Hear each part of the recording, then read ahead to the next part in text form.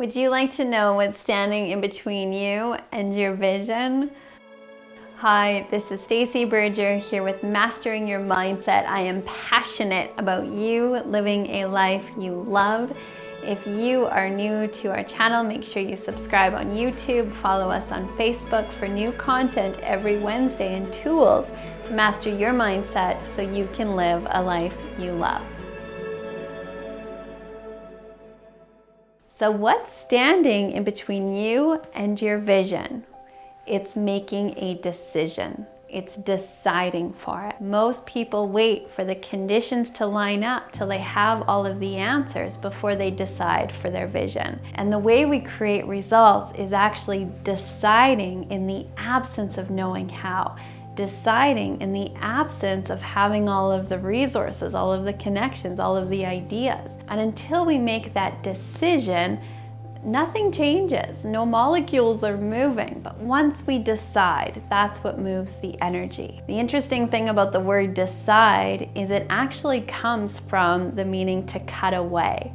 So the word decision, when we decide for our vision, it actually means that we need to cut away from our lives anything that's unlike that vision. So if you imagine yourself now making a decision for your goal, making a decision for the idea, making a decision for your passion, for living your life more in alignment to what you really want to create, what are the things that you could cut away from that are unlike that? And sometimes that feels fun and exciting, and sometimes that can feel a little bit scary.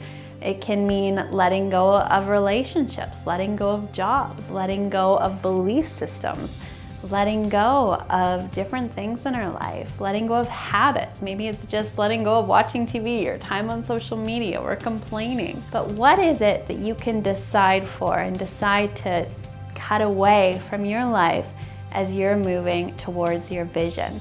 So while it sounds pretty simple what's standing in between you and your vision, it's actually not that easy.